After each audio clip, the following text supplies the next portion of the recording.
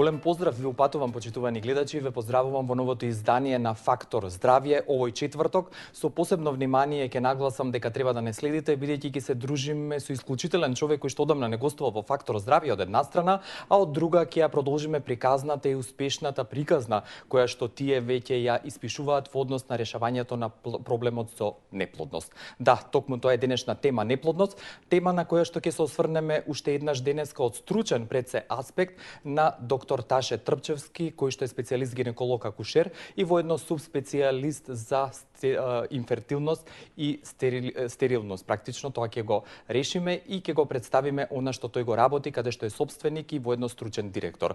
Тоа е болницата Плодност од Битола, која што е специјална болница, приватна здравствена установа за гинекологија и акушерство и воедно ИВФ центар за асистирана хумана репродукција. Деталите и контакт Подсетување, денешното издание на Фактор Здравје како тема ви ја нуди неплодност, тема која што ќе обработиме со специјалната болница и воедно приватна здравствена установа за гинекологија и акушерство и воедно ИВФ центар за асистирана хумана репродукција Плодност од Битола, болница која што секојдневно е достапна за сите ваше консултации, совети и закажување термини на 047 208 880 и 075 472 503, а можете да ги контактирате и на нивната страница електронска адреса www.plodnost.com.mk. Во име на Плодност Битола, денеска во Фактор Здравје гостува маестрото, би рекол, или водачот на тимот кој што успешната приказна и тоа како ја раскажува не само низ Македонија и во регионот, туку и многу пошироко. На моје задоволство му посакувам добре дојде повторно во Фактор Здравје на доктор Таше Трпчевски. Добар ден и добро дојдовте уште еднаш. Добар ден, Илија, добро ве најдов во новото студио. Благодарам на комплиментите, ме најживте. Мене ми е драго и вашата најава сакам целосна да биде. Вие сте специјалист гинеколог акушер и воедно субспецијалист за стерилитет и инфертилитет. Воедно сте и генерален менаџер и собственик на болницата Плодност Битола. Ако дозволите кратко така да ја представам, бидејќи сите оние кои што ве знаат, а и оние кои што ќе ве запознаат, потоа ве препознаваат, бидејќи веќе не сте само бренд на Битола, туку реков и на Македонија. Па бидејќи не сме се виделе повеќе од една година, што се случуваше во меѓувреме? Знам дека успешната приказна продолжува, но ајде со неколку факти вие запознајте не. Јас само ќе споменам дека 800 веќе новороденчиња и нешто веќе 840 се радуваат, веќе првиот плач го имаат доживеано и првиот воздух земено кај вас во Плодност. Обично во животот кога работите или создавате нешто, потребно е да има одредена заднина за тоа, односно потребно да има одредена приказна. Ако таа приказна е моќна, ако вие ја разработите во секој детаљ и ако верувате во таа приказна, и ако оние кои што ги зедовте со вас да работат и се дел од тимот, веруваат во таа приказна, тогаш резултатите нема да изостанат. Бидејќи јас не сум кој човек кој што гледа како се случуваат работите, туку прави да се случуваат работите, заедно со мојот тим направивме успешна приказна која што се вика Плодност. Ние станавме бренд на Битола, станавме бренд на југозападниот регион. Не станавме бренд заради тоа што многу се рекламираме или имаме некоја позначајна интернет комуникација, станавме бренд заради тоа што направивме да се радуваат многу пациентки, она како што кажавте 840 и кусур породени бебиња до сега преку постапките на инвитро оплодување, значи зачнати со постапки на инвитро оплодување. Станавме бренд заради тоа што на пациентите им нудиме квалитетна услуга.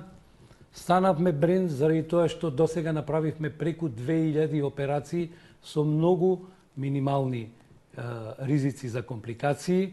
Станавме бренд заради тоа што имаме задоволни вработени и многу задоволни клиенти и пациенти. И на крајот на криштата, со оглед на тоа што дека работиме во Битола, кое што за жал многу ја сакам, меѓутоа морам да кажам дека во последно време стана слепо црево за Македонија, ние успеавме да го привлечиме вниманието на цела Македонија, на соседните држави, непрестанот ни доаѓаат пациенти од соседна Албанија, доаѓаат од Грција, доаѓаат многу од Србија, Аустрија, Швајцарија и така натаму и од Америка. Ние на некој начин ја популаризиравме Битола. Направивме медицински туризам во Битола. Моја проценка е дека денот имаме 20 парови, односно пациенти кои што доаѓаат од други градови. За да го решите нивниот проблем. Да, бидејќи доаѓаат по двајца или тројца, проценка е дека денот доаѓаат по 50-60 луѓе влегуваат во Битола. Бидејќи работиме 6 дена, математиката вели дека за месец дена околу 1000 до 1200 пациенти, односно луѓе влегуваат во Битола заради нас, или проценка е некаде околу 12 до 15.000 луѓе влегуваат во Битола годишно. Тие на некој начин и чекајќи ги резултатите или доаѓајќи за прв пат во Битола и прават и економски услуги. Дел од нив ќе седнат на широк сокак, ќе се напијат некој кафе, дел од нив ќе влезат во продавница, ќе купат некој производ, дел од нив ќе ручаат во некој ресторан. Ние ја движиме Битола. Со право можам да кажам дека јас и мојот тим се гордееме и имаме багаж од сега натаму да зборуваме за плодност. Јас од секогаш сум бил резервиран во однос на она што треба да го направиме и што го правиме, се додека не постигнеме резултати, им викав на колегите дека ќе треба да молчиме. Меѓутоа, со овај багаж, со се она што досега го направивме, со прекрасниот мој тим кој што морам секогаш да го спомнам, мислам дека и Битола треба да се гордее со нас. Само овој податок ќе ви го кажам. Ако пациентка дојде и ви каже: докторе, јас дојдов само да ви честитам, пресреќна сум што во Битола направивте вакна болница, несвесни битолчанки што се имаат заради нашата болница. Или ако пациентка од Скопје ви каже: докторе, како вие не сте во Скопје, се мачиме, доаѓаме од Скопје. Тоа многу ни значи. Оне што значи за нас пред се е вашата стручност и експертиза, која што постојано ја доусовршувате и несебично ги делите резултатите и постигнувањата и знаењето, иако како спротивност на плодност е неплодност, е токму темата и проблемот за кој што многумина ви се благодарни и ќе ви бидат во иднина, и веднаш да дефинираме дали неплодност се состојба или болест.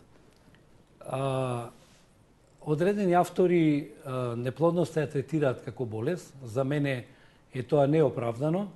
Тоа е состојба, времена или може да биде трајна, и тоа е доста актуелен проблем, стана глобален, светски проблем, бидејќи неплодноста афектира околу 100 милиони парови во сите земји на светот. Вклучително и кај нас. Вклучително и кај нас. Значи, се проценува дека 1 од 6 парови се неплодни. Оттаму, и бидејќи ќе зборуваме 4 до 5 емисии за оваа тематика на следните недели, и ќе ги обработиме сите аспекти во областа на неплодноста, од дефиницијата, фреквенцијата, честотата, причините, методите за испитување, успесите, неуспесите, прогнозата и така натаму. И така натаму, јас ќе ја дефинирам што значи неплодност и ќе укажам на две работи, два поими или термини кои што често ќе ги спомнуваме, да му бидат јасни на нашите гледачи. Неплодноста е состојба, значи не е болест, во која што парот не може да дојде до остварување на концепција, односно бременост, во рок од година дена при редовни сексуални односи. Без заштита. Да, прашањето зошто тој термин од една година. Тоа е така заради тоа што се проценува дека во рок од година дена би требало 70 до 80% од паровите да добијат дете. Наредната година би добиле само 6 до 7%. 15% би останале или потешко би добиле деца, и тоа е така наречен инфертилитет кој што е застапен процентуално во 10 до 15% од популацијата. Реков, ќе спомнам два термини кои што се многу битни, меѓутоа бидејќи е многу актуелен овој проблем, морам да кажам, значи тој проблем не е актуелен и присутен е насекаде околу нас. Сведоци сте и вие самите и ќе се подсетите можеби дека имате некаде во комшиите, пријателите, од роднините, некои од паровите кои што подолго време чекаат или пробуваат потомство. Да. Значи, често пати ќе отворите интернет, ќе видите колку е актуелна темата. Отворени се форуми, често пати ние кои што се занимаваме со лечењето на неплодноста, сме оговарани на овај или онај начин за добро или за лошо. Значи, тоа е доста актуелна тема, тоа е глобален процес и дури размислувањето одат дотаму што од неплодноста зависи нацијата.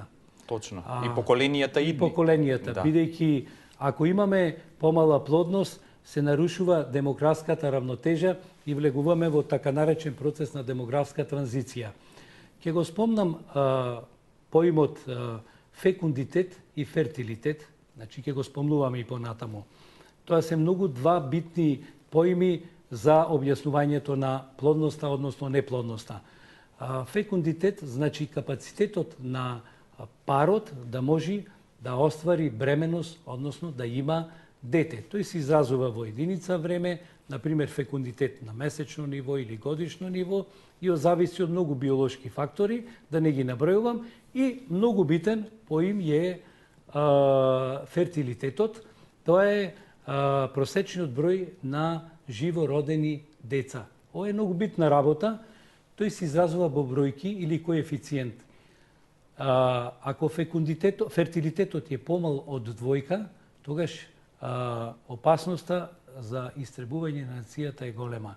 Значи, влегуваме во така наречена демографска транзиција или неравнотежа. Во Македонија индексот на фертилитет е 1,5. Над 2 се рачуна за нормален индекс на фертилитет.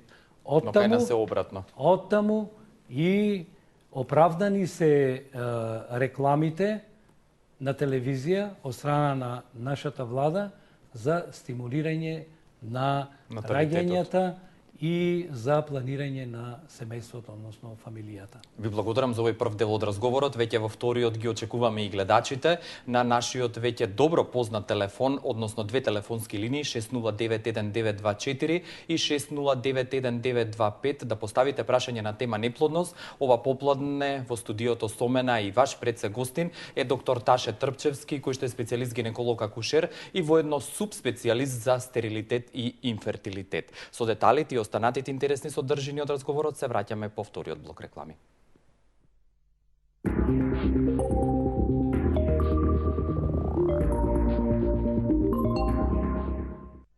Боледувам од дијабет и висок крвен притисок. Освен мојата љубов во семејството, јас имам уште една љубов, тоа е ракотворството. Но поради мојата здравствена состојба, јас морав да се оддалечам од ракотворството, но на телевизија видов за Г132, ги набавив и почнав да ги пијам. И осетив дека моето здравје се подобрува. Така да се вратив повторно на мојата љубов ракотворството и сега живеам еден поздрав живот. Денот ви е исполнет со нервоза, патите од несоница, стресот ви е секојдневие. Решението е Вамекс. Хербален лек од валеријана, маточина и хмелј. За убав ден и мирна ноќ.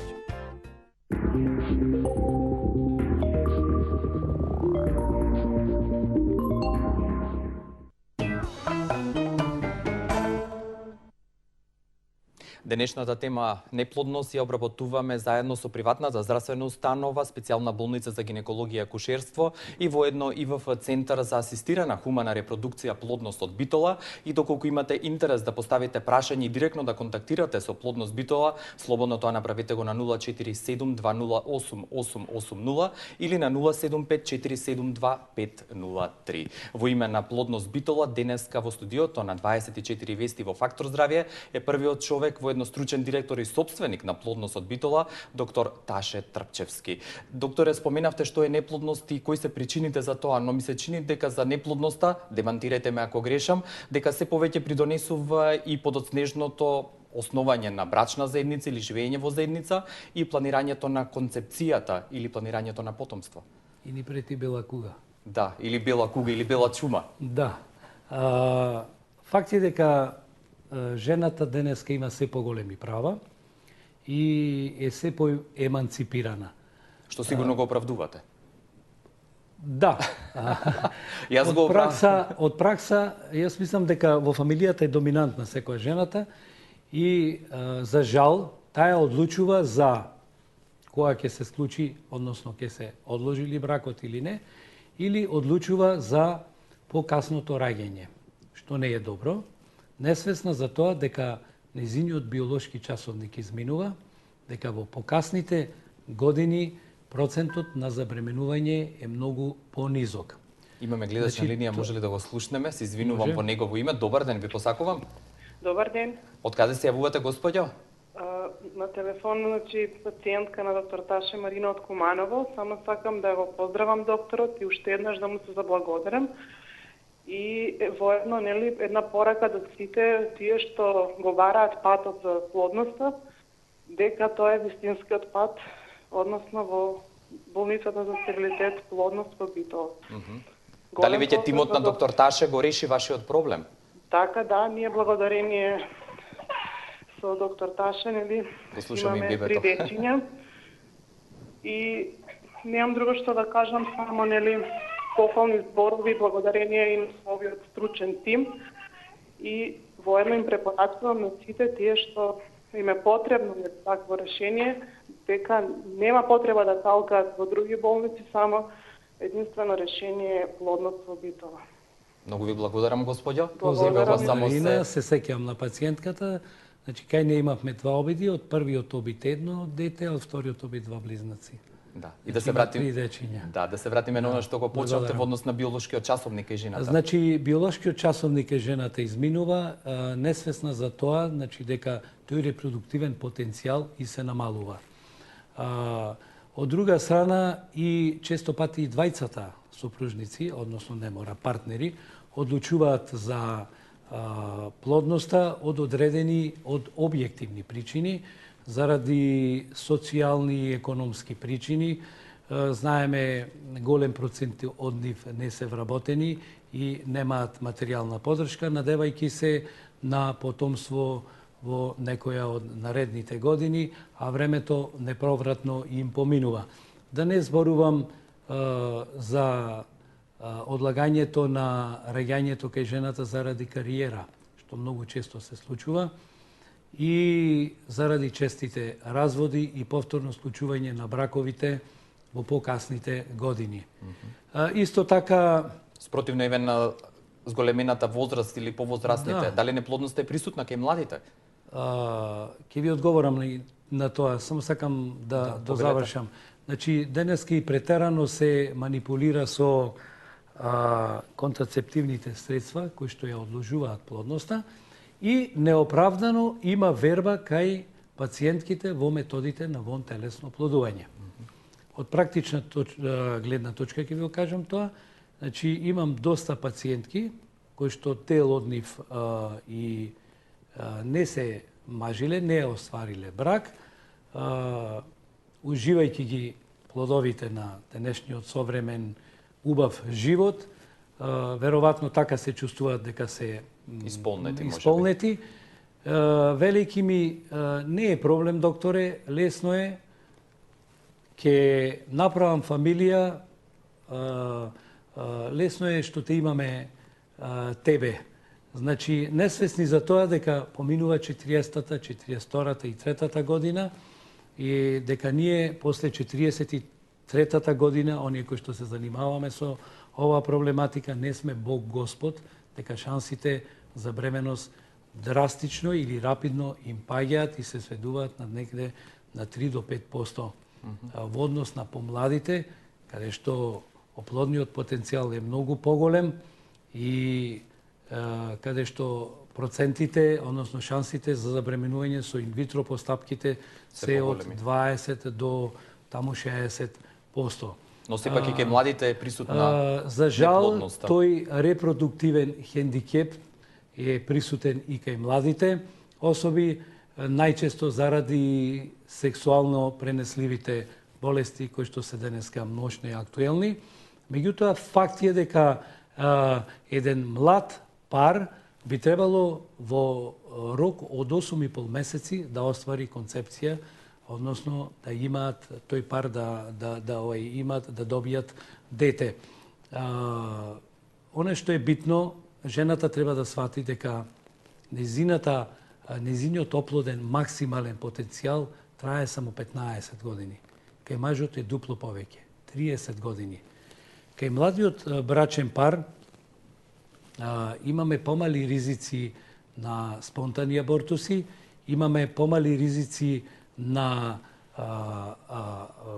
хромозомски пореметување на гаметите, на јајните клетки, односно сперматозоидите кај мажите. Подобро ја носат бременоста, меѓутоа, за жал, и таму се случуваат овие репродуктивни хендикепи и кај нив се случува неплодност. Јас, најмладата пациентка која што сум ја имал, тоа беше 19 годишна жена, која што претходно била 2 години во брак.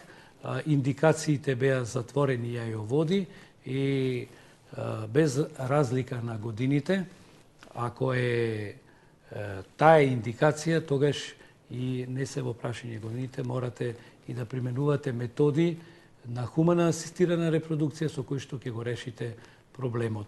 Иако годините немаат таква индикација, може би, но сепак фактичката состојба е друга. Во друга. пракса, кога доаѓаат жени кои што имале 2-3 години, некои се мажат од 16 години и на 18-19 години доаѓаат да лечат стерилитет, односно неплодност. Јас обично ги враќам тие пациентки, ако исклучам дека нема некоја одреден проблем, велејќи му да почекат дека факторот време ќе си ги даде своите резултати и праксата покаже дека после 23-та, 24-та година нормално е да се отпочне со испитувањата. Уште едно подсетување, сите вие кои што сакате да поставите прашање, телефонските броеви ги имате на вашите екрани, но јас ќе ги повторам уште една: 6091-924 и 6091-925. Директен контакт ви овозможуваат ова попладне со Фактор здравје. Денешна тема неплодност, а само ваш гостин ова попладне е доктор Таше Трпчевски, кој што е специјалист гинеколог акушер и воедно субспецијалист за стерилитет и инфертилитет. Зборува во името и како директор и собственик на приватната здравствена установа Плодност Битола, специјална болница за гинекологија и акушерство и воедно ИВФ центар за асистирана хумана репродукција. Зборувајќи за ризиците и оние фактори кои што влијаат на неплодноста и решавање на овој проблем, колку дебелината од една страна и зголемената телесна тежина влијаат и спротивно на тоа намалената или недостатокот на тежина дали воопшто влијае за зачнување и планирање на факт е дека зголемената телесна тежина и го прави пореметувањето во плодноста, односно се зголемува ризикот за неплодност.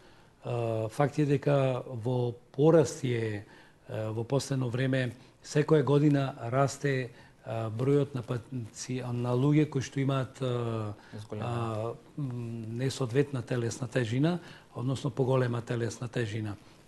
Ние обично во медицината, кога ја пресметуваме телесната тежина, ја пресметуваме во однос на така наречениот body mass index, значи кога се пресметуваат килограмите и метри квадратни на површина телесно тело, тој body mass index треба да биде нормално меѓу 20 и 25. Ако е од 25 до 30 се крсти како прекумерна телесна тежина, а над 30 веќе е дебелина. Под 20 е мршавост. Да, или намалена. Може да го слушнеме и следниот гледач, ќе се вратиме на овој дел од разговорот. Добар ден. Добар ден. Уште една дама ни се јавува, повелете со ваше прашање. Сакам да го прашам доктор Ташек колку шансите за бременност, пошто правев пред 2 години операција циста на јајник, од страната е циста и јајникот, потоа остана волна матерично бремена и беа отстранети каналите и сега со јајник колку се шансите? Дали го разбравте прашањето? Кои се шансите за бременост? Да. Со оглед на тоа дека кај пациентката од едната сана е работена циста на јајник, веројатно извадена само цистата и оставен дел од јајникот, ако е така, и од двете сани имала оштетени јајоводи во матерична бременост, тогаш таа е апсолутна индикација за инвитро постапка. Процентот на успешност кај ваквите пациентки е над 60%. Значи, тие се добра индикација за инвитро постапка, доколку двата јајоводи се затворени, нема можност за природна концепција. Поздрав до гледачката и благодарам за вашето прашање. Зборувавме за намалената телесна тежина или недостатокот. Тука некаде во однос на Така, значи влијанието и како фактор кој што предизвикува неплодност. Самото масно ткиво Уште еден гледач. Да слушнеме, ќе се вратиме и на тој дел од разговорот повторно. Добар ден. Ало, добар ден. Ало? Добар ден, господјо, ве слушаме. Добар ден. Добро дојдовте и вие кај нас на гости во Фактор здравје. Повелете со прашање. Многу поздрав до вас и до докторот. Ви благодарам. Имам едно прашање до вас. Да ве прашам, 2 пати е извршено инвитро. Добро, зборувате. И се е во ред од женската страна и канали се е спроведен, но мислам не се задржува, тоа јајцеклетката, ембрионите. А 2 пати, мислам се е проводно, мислам и кога оплодени се јајните клетки, да. Значи некој совет или коментар. Значи пациентката има 2 неуспешни инвитро фертилизации и таа вика дека се било успешно, значи постапката, значи успешно се извадени јајни клетки. Зборуваме за постапката и неуспешноста на постапката. Веројатно таа ако има ако сите анализи се нормални, таа влегува во групата на така наречени идиопатски стерилитет или стерилитет од непознати причини. И една од индикациите кај таквиот тип на инфертилитет или неплодност е и инвитро оплодувањето. Пациентката имала 2 неуспешни инвитро обиди и сега ја бара причината, која е причината. Значи може да има многу причини за неуспешното инвитро. Прво, каков бил квалитетот на ембрионите. Значи, тие се оплодиле јајните клетки со сперматозоидот, значи гаметите се оплодиле, се направил ембрион, значи прашањето, значи производот на нивно спојување се вика ембрион. Прашањето е каков бил квалитетот на ембрионот. Втора работа, каква била рецептивноста на слузницата на матката. Дали слузницата била адекватно припремена да го прими тој ембрион.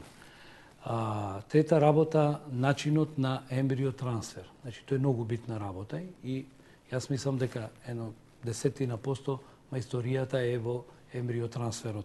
Значи, на кое место оној кој што го работи, кој што е работила постапка, ќе го стави ембрионот. Само да ви нагласам, уште еден гледач не чека. Значи, во секој случај, кај пациентката може ќе треба да се направат дополнителни претраги, да се види шуплината на матката, во каква состојба и останати, можеби, некои други се констатира испитувања. практично проблемот и да се реши понатаму. Добар ден, посакувам и на следното јавување. Добар ден. Добар ден. Повелете, господине, и драго ни е што е припадник на машката популација, маш имаме на линија, повелете со прашање. Поздрав до докторот и до целиот негов тим. Не знам дали е во склоп на денешната тема, меѓутоа сакам да прашам после пороѓање со царски рез, значи кога може да биде втора бременост? Да, може, ќе му одговорам. Благодарам за прашањето.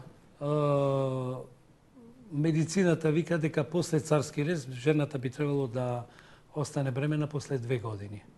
Значи, не знам од кои причини 2 години е тој период одреден, меѓутоа јас знам од пракса дека пациентки после 6 месеци и година дена кои што за останале трудни после царски рез успешно ја донесле бременоста, со напомена дека после почести треба да има контроли, особено при крајот на бременоста и да се заврши порано вториот царски рез, да не дојде до напукнување на матката со компликации при самиот чин на раѓање или пред да настапат трудовите кај, односно болките кај жената. И за овој разговор имаме уште едно прашање во однос на мажите. Колку мажите се одговорни за неплодноста?